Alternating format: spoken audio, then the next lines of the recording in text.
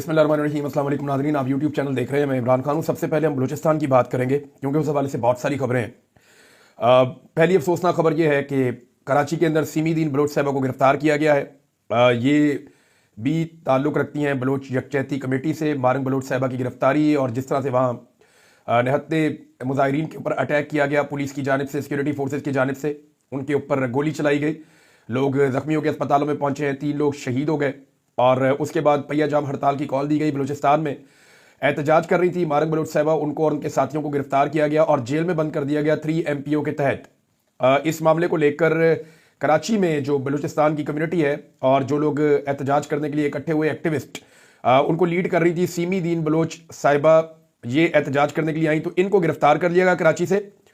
और गिरफ्तार करने के बाद इनको पुलिस स्टेशन, पहले पता ही नहीं चला कि कहाँ पे गई हैं, फिर पता चला कि इनको पुलिस स्टेशन में मुंतकिल किया गया है। गिरफ्तारी के अगर आप मनाजिर देखें तो जो मर्द पुलिस एहलकार हैं वो भी खवातीन को धकेल रहे हैं, उनको हाथ लगा रहे हैं, उनको पुश कर रहे हैं और कोशिश कर रहे हैं कि जो बलोच खवातीन एहतजाज के लिए निकली है उनको जल्द अज जल्द गिरफ्तार करके थाने मुंतकिल किया जाए या जहां भी उन्हें हुक्म हो वहां पे उनको मुंतकिल किया जाए। तो सीमी दीन बलोच साहिबा को जिस अंदाज में मैन हैंडलिंग करके गिरफ्तार किया गया वो इंतहाई अफसोसनाक है। अब इन दोनों खवातीन के बारे में मैं आपको एक बात बताऊं, इन दोनों के वालिद लापता हुए हैं। जो मारंग बलोच साहिबा है उनके वालिद लापता हुए, फिर उनकी मसखशुदा लाश मिली चंद सालों के बाद और 2011 से लेकर अब तक वो एक बेबसी की तस्वीर बनी हुई है और तमाम बलोचों के हुकूक के लिए आवाज उठा रही है।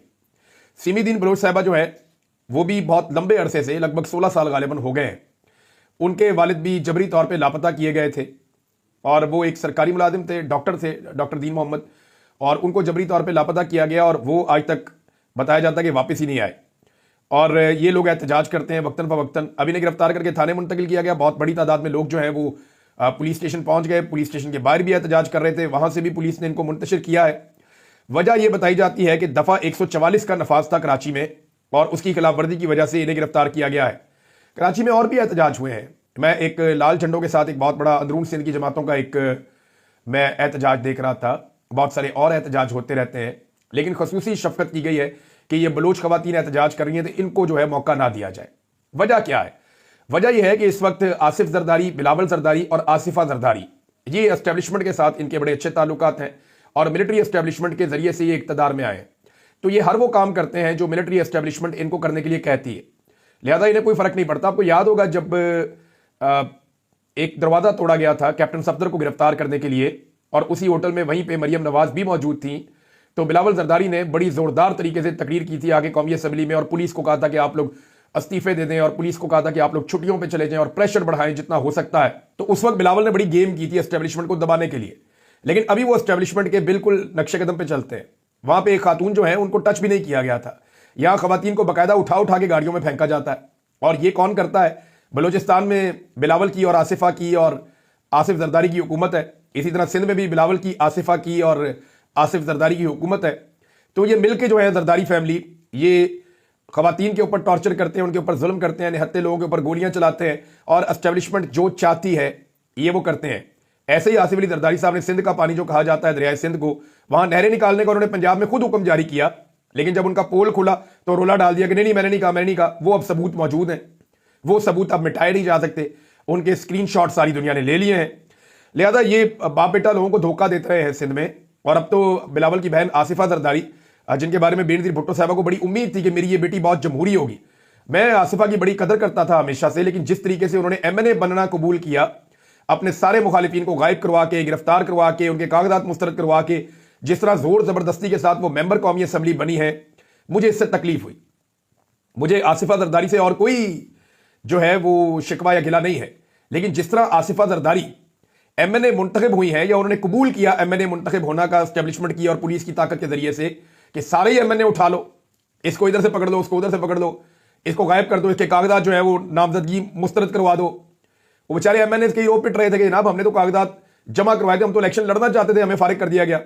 तो जिस तरह बिला मुकाबला आसिफा जरदारी को लाकर बिठाया गया कौमी असम्बली में, उससे मुझे पहली मरतबा लगा कि इनके अंदर भी शायद जमहूरी सोच नहीं है और ये बेनजीर भुट्टो से उनके सारे बच्चे बहुत पीछे रह गए, बेनजीर भुट्टो बहुत आगे निकल गई थी। दफा 144 की खिलाफ वर्जी, फिर खवातीन को गिरफ्तार किया गया और ये बार बार खवातीन के साथ करते हैं, ये बार बार करते हैं। जरदारी फैमिली का वतीरा है, ये जमहूरी होने का नाटक करते हैं, एक्चुअली ये लोग जमहूरी नहीं है। अख्तर मेंगल साहब ने एक बड़ा सीरियस स्टेटमेंट दिया, पहले मैं उनका ट्वीट आपको पढ़ के सुनाता हूं अख्तर मेंगल साहब का, उसके बाद मैं आपको बताता हूं कि उन्होंने एक फैसला किया है। मेंगल साहब ने। वो फैसला क्या है आपके सामने रखता हूं, लेकिन पहले आप ये देखें। अख्तर मेंगल साहब ये कहते हैं कि जनाब जरदारी और शरीफ साहब, मैं कभी नहीं भूलूंगा जब मरियम नवाज और फरियाल तालपुर को सरेआम रुस्वा किया गया, तब हम आपके साथ खड़े थे।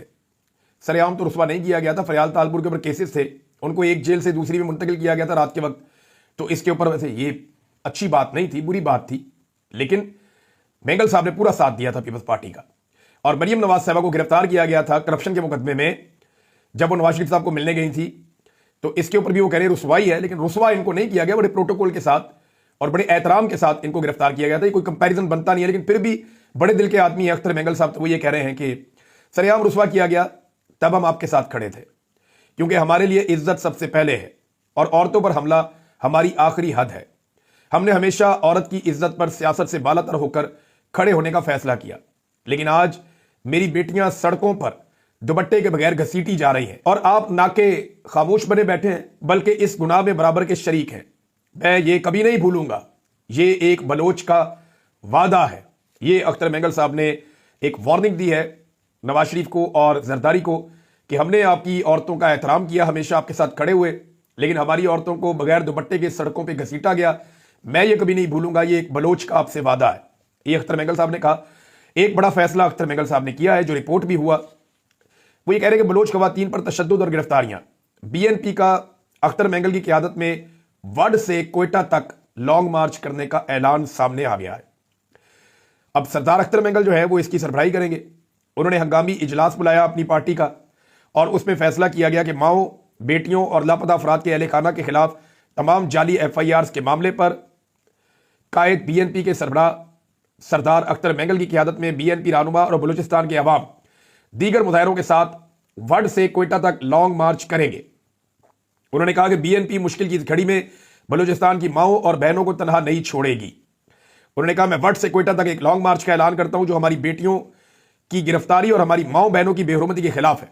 मैं खुद इसकी क़यादत करूंगा। तमाम बलूच भाइयों, बहनों, नौजवानों और बुजुर्गों को दावत देता हूं कि वो इस मार्च में हमारे साथ शामिल हो। अख्तर मेंगल ने कहा, यह सिर्फ हमारी बेटियों की गिरफ्तारी का मामला नहीं है, यह हमारे कौमी वकार, हमारी गैरत और हमारे वजूद का सवाल है। जब तक हमारी माएँ, बहनें और बेटियां महफूज नहीं, हम भी खामोश नहीं रहेंगे। वैसे बलूचिस्तान के अंदर ना एक बड़ी ज़बरदस्त चीज़ है कि उनकी माएँ, बहनें और बेटियां जो हैं वो नौजवानों पे और सरदारों पे सबकत ले गई। उन्होंने पूरी की पूरी कंपेन संभाल ली। वो फ्रंट फुट पे आकर खड़ी हो गई इंसानी हकूक के लिए, जबरी गुमशुदगियों के खिलाफ, और उन्होंने रियासती जबर के खिलाफ खड़े होकर उसको चैलेंज कर दी। उन्होंने कहा, ये नहीं हो सकता कि आप हमारे लोगों को लापता करें और फिर वापस ही ना आए। तो वो सरदारों के ऊपर सबकत ले गई हैं, लेकिन सरदार अख्तर मेंगल जो है वो बाकियों से बेहतर है और उन्होंने कहा कि मैं अब एक लॉन्ग मार्च करूंगा, उसकी खुद क़यादत करूंगा, सारे लोग उसके अंदर शामिल हो जाए। अब नाज़रीन, इसमें खैबर पख्तूनख्वा के हवाले से भी खबर है, क्योंकि मैं लॉ एंड ऑर्डर पे भी बात कर रहा हूं, तो खैबर पख्तूनख्वा में 3 अजला ऐसे हैं जहां पे कर्फ्यू नाफिज करने का ऐलान किया गया है। ये 3 अजला मैं आपको बता देता हूं। इसमें टांक है, जनूबी और शुमाली वज़ीरिस्तान के इलाके। यहां पे 25 मार्च को कर्फ्यू नाफिज किया जा रहा है। सुबह 6 बजे से शाम 6 बजे तक कर्फ्यू नाफिज रहेगा और यह भी बताया गया कि आप दूसरे रास्ते इस्तेमाल कर सकते हैं, लेकिन कुछ रास्ते बताए गए, इन रास्तों के ऊपर आपने बिल्कुल नहीं आना। मेरे ख्याल में कोई मूवमेंट है, उसकी वजह से शायद ये ऐलान किया गया है कि 25 मार्च को कोई बड़ी मूवमेंट हो रही है, जिसकी वजह से फिर ये इन इलाकों में या इन शहरों में कर्फ्यू नाफिज किया गया है सुबह से लेकर शाम तक। नाज़रीन, एक बहुत बड़ा ब्रेक थ्रू भी है हमारे पास, और वो ये है कि पाकिस्तान और अफगानिस्तान के बीच में ब्रेक थ्रू हुआ है और अफगानिस्तान और पाकिस्तान मिलकर दहशतगर्दी के मामले को अब हल करना चाहते हैं। ये बड़ी ज़बरदस्त बात है। तालिबान की TTP के हवाले से ताउन की यकीन दहानी उन्होंने करवाई है पाकिस्तान को, और ये ताल्लुकात बेहतर हुए हैं। ये एक बड़ा अच्छा ब्रेक थ्रू है। दोनों ममालिक ने इदारा जाती रवाबित का मुफस्सल प्लान तैयार किया है, जबकि अफगान तालिबान ने कलदम TTP के मामले पर लचक दिखाते हुए पाकिस्तान के साथ ताउन की यकीन दहानी करवाई है। देखिए, मैं पहले दिन से ये कह रहा हूँ कि यही वो रास्ता है जिस पर चल के दोनों मुल्क मिलकर दहशतगर्दों को ख़त्म कर सकते हैं, और दोनों मुल्क मिलकर ऐसे अनासर जो गैर रियासती अनासर हैं और वो दहशतगर्दी करते हैं, चाहे वो अफगानिस्तान में करते हैं चाहे वो पाकिस्तान में करते हैं, दोनों एक दूसरे के मफाद का ख्याल रखते हुए दहशतगर्दों को कुचल सकते हैं। और यही सही तरीका है। एक दूसरे के बॉर्डर के अंदर जाके बगैर एक दूसरे से कोऑर्डिनेशन किए अगर आप अटैक्स करते हैं तो इससे बदमज़गी पैदा होती है। हमारे बहुत सारे ऐसे दानिशवर थे, बहुत सारे ऐसे लोग हैं जो मुंह उठा के कह रहे थे कि हमला कर दो जी, काबुल को भी फतह कर लेना है, जनाब कंधार को भी फतह कर लेना है, बलूचिस्तान और पाकिस्तान के बीच में जो सैकड़ों किलोमीटर का एक बफर जोन बना देना है। ये ऐसी कहानियां इन्होंने सुनाई, इनसे बाहर आ जाए, अब हकीकत की दुनिया में आए। हमने भी ये कहानियां माजी में बहुत सुनी है। हम भी इन कहानियों से गुमराह होते रहे हैं। आप जमीनी हकायक को देखिए कि जमीन के ऊपर यह मामला दो मुल्कों में है और दो मुल्कों के जो सरहदी इलाके हैं वहां से दहशतगर्द मूव करते हैं। अफगानी इल्जाम लगाते हैं कि पाकिस्तान की सरजमीन इस्तेमाल हो रही है, पाकिस्तान इल्जाम लगाता है कि अफगान सरजमीन इस्तेमाल हो रही है।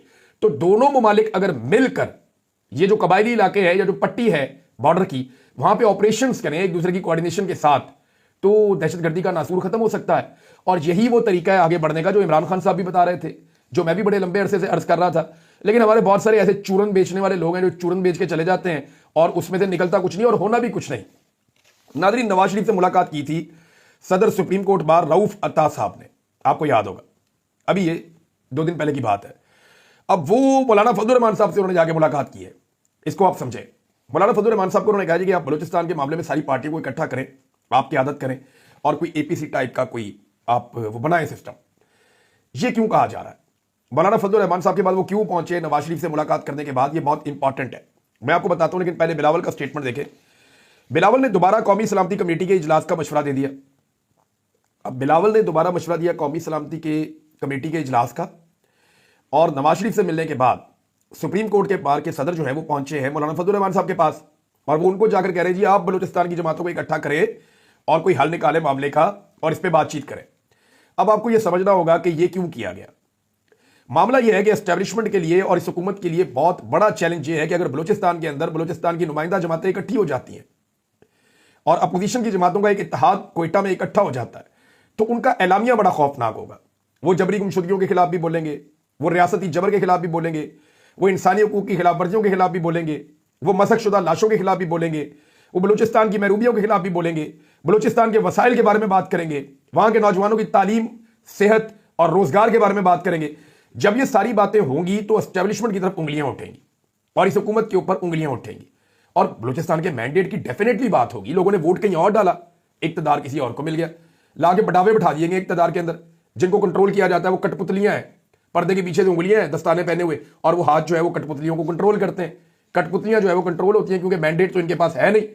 लिहाजा जब ये सारी बातें होंगी तो एस्टेब्लिशमेंट और हुकूमत के ऊपर दबाव पड़ेगा। इस दबाव से बचने के लिए वो ये चाहते हैं कि फजलुर रहमान साहब कर लें, क्योंकि फजलुर रहमान साहब दबाव को मैनेज भी कर लेते हैं, वो काम को जो है वो होम्योपैथिक भी कर देते हैं बड़े आराम से, और एलामिया अपनी मर्जी का भी जारी करवा देते हैं बड़े तरीके से।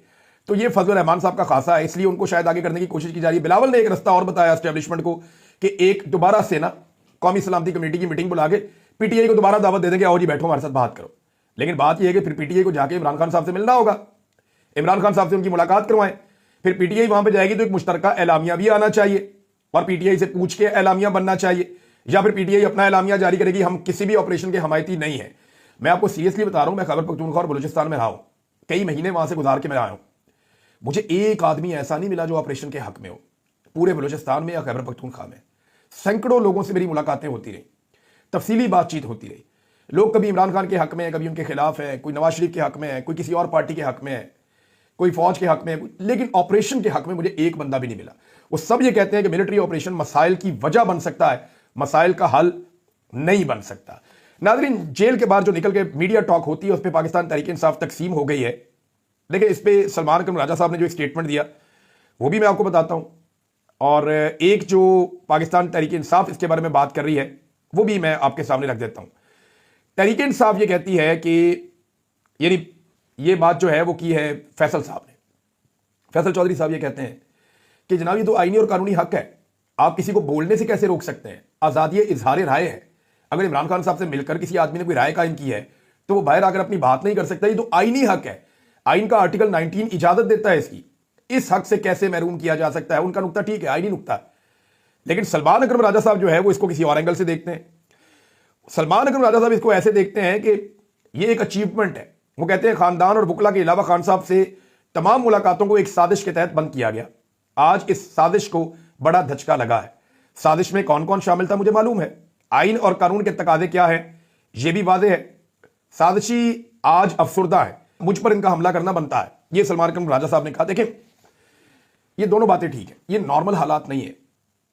अगर पाकिस्तान तहरीक इंसाफ इमरान खान साहब से मुलाकातें ही खुलवा लेना कि सियासी लोग जाएंगे जाके मुलाकात कर लेंगे, मिसाल के तौर पे शाहिद खटक की मुलाकात नहीं हो रही, जुनैद अकबर की मुलाकात नहीं हो रही, पंजाब के सियासतदान उनकी मुलाकातें नहीं हो रही, आलिया हमजा साहिबा की मुलाकातें नहीं हो रही, बाकी जो लोग जिनको इंस्ट्रक्शंस लेनी है उनकी मुलाकातें नहीं हो रही इमरान खान साहब से, तो जब तक उनकी इमरान खान साहब से मुलाकातें नहीं होंगी तब तक उनको डायरेक्शन कैसे मिलेगी?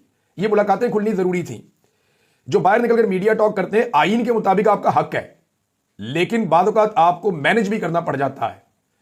लंबी छलांग मारने के लिए 2-4 कदम पीछे जाना पड़ता है, फिर आप लंबी छलांग मारते हैं। तो इसके लिए एक हिकमत अमली बनाई जा सकती है। इमरान खान साहब के ट्विटर के ऊपर से आप पूरा स्टेटमेंट शेयर कर दें, पूरी दुनिया में फैल जाएगा। आप वापस आने के बाद इकट्ठे हो, सीधे किसी जगह पे जाएं, वहां बैठ के आप प्रेस कॉन्फ्रेंस कर दें, सारा मामला सेट हो जाएगा।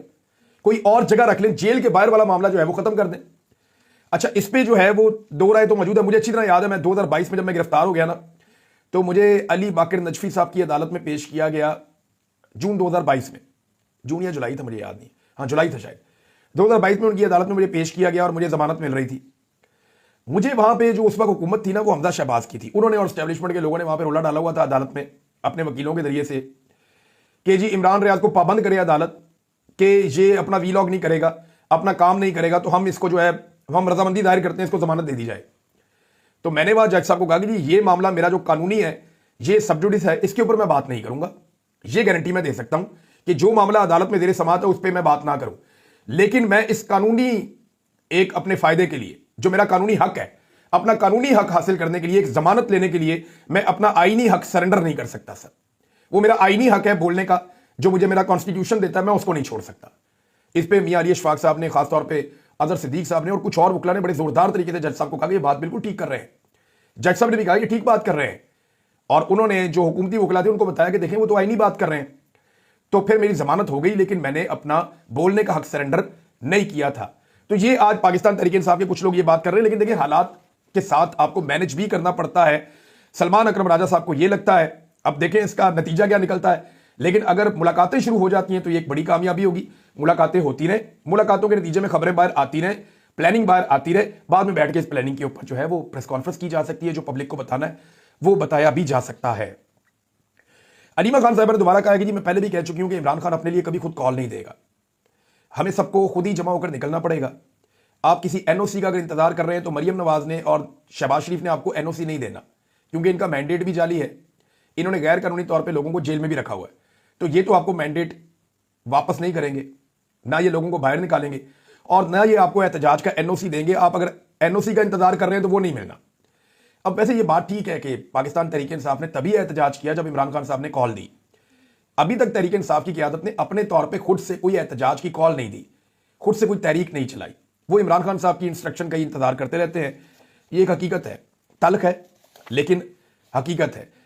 नाज़रीन, अली अमीन गंडापुर साहब ने एक स्टेटमेंट दिया और उनका जो स्टेटमेंट है उस पर मैं ज़रूर थोड़ी सी बात कर लेता हूँ। उन्होंने कहा कि बुशरा बीबी एक बहादुर खातून है, मैं और बुशरा बीबी डी चौक से जाने वाले आखिरी लोग थे। हमला हुआ तो बुशरा बीबी ने कहा आप बेशक चले जाएं, लेकिन मैं आखिरी वक्त तक उनके साथ रहा। गोलियां चल रही थी, मैंने इनको रेस्क्यू करना था। जो लोग बातें करते हैं वो कहाँ थे? तो मैं इस चीज़ को थोड़ा क्लियर कर दूं कि अली अमीन गंडापुर साहब जब वहां से निकले और बुशरा बीबी साहबा को लेकर गए, जिसके बाद अभी तक बुशरा बीबी ने पब्लिकली कोई बात नहीं बताई कि उनको कैसे ले जाया गया। हालांकि मैं जानता हूं इस बारे में, उनके साथ ज़बरदस्ती की गई थी, वो नहीं जाना चाहती थी, ये सब मानते हैं। अब अली अमीन गंडापुर साहब जब वहां से जा रहे थे तो लोग इनकी गाड़ियों को मार रहे थे और लोग वहां खड़े थे। ऐसा नहीं है कि ये आखिरी थे, ये वहां से पहले चले गए थे और लोग वहां पे मौजूद थे। इनके जाने के बाद लोगों के इंटरव्यूज मौजूद हैं, लोग नारे लगा रहे हैं, चीख रहे हैं, चिल्ला रहे हैं कि हमें छोड़कर क्यों चले गए। लोग वहां मौजूद थे। अगर अली अमीन की मौजूदगी में लोगों पर गोली चली थी तो फिर तो इनको लाशें उठा के अस्पताल लेकर जाना चाहिए था। अपने कारकुनों की लाशें इन्होंने कैसे नजरअंदाज कर दी? इन्हें तो चाहिए था कि अगर इनके सामने गोली चली है और ये आखिर तक मौजूद है तो इन्हें अपने जख्मियों को और अपनी मैयतों को खुद उठाकर अस्पताल लेकर जाना चाहिए था। लेकिन ये जब गोली चलने का आगाज हो रहा था, ये उस वक्त चले गए थे और कारकुनों की शहादतें कुछ उसके बाद हुई हैं, बहुत सारे लोग जख्मी उसके बाद हुए हैं, बड़ा ऑपरेशन जो है वो उसके बाद हुआ है। ये एक हकीकत है और उसके विजुअल्स मौजूद हैं, आप हकीकत को जुटला नहीं सकते। हालांकि अली अमीन गंडापुर ने बड़ी बहादुरी के साथ बड़े ज़बरदस्त एहतजाज किए हैं, बड़े ज़बरदस्त एहतजाजों को लीड किया है, लेकिन कहीं पे भी वो फिनिशिंग ठीक नहीं कर सके। उन्होंने हर खेल को खेला ठीक है, वो डी चौक के करीब हर दफा पहुंच जाते हैं लेकिन डी में दाखिल नहीं हो सकते, और जब तक आप डी में दाखिल ना हो तब तक आप गोल नहीं कर सकते। तो अली अमीन गंडापुर ने ग्राउंड के अंदर तो बड़ा अच्छा दिखाया अपना खेल, लेकिन वो डी में दाखिल नहीं हो सके और बार बार दाखिल नहीं हुए और डेलिबरेटली वो डी से वापस चले जाते हैं, कभी पहाड़ियां फलांग के, कभी कहीं से कभी कहीं से। तो ये उनका अपना एक है। वो अगर ये कहेंगे कि मैं वहाँ आखिरी बंदा था तो ये हकायक से मुख्तलिफ चीज़ है। उनकी बड़ी कुर्बानियाँ होंगी पार्टी के लिए और हैं भी, उन्होंने बड़ी मार खाई है पार्टी के लिए और ये बात ठीक है, लेकिन जो हकायक हैं उनको आप बदल नहीं सकते। नाज़रीन, आखिरी एक छोटी सी खबर देता हूं। इंजीनियर मोहम्मद अली मिर्जा साहब का एक बयान है, बड़ा मजे का बयान है। मैंने आपसे कहा था ना कि इंजीनियर साहब बड़े इंटरेस्टिंग आदमी है। मैंने आपके सामने एक दावा किया था। वो कहते हैं जी मरियम नवाज की मुझे ये खूबी बहुत पसंद है कि वो अपनी तकरीर का एक एक लफ्ज लॉजिक और दिलेरी के साथ बयान करती हैं। मैंने बताया था ना आपको, बताया था ना, वही निकला ना, जो मैंने आपसे कहा था वही निकला। और आहिस्ता आहिस्ता सब एक्सपोज होंगे इंशाल्लाह। तक के लिए इतनी अपना ख्याल रखिएगा, अपने चैनल का भी। अल्लाह हाफिज़।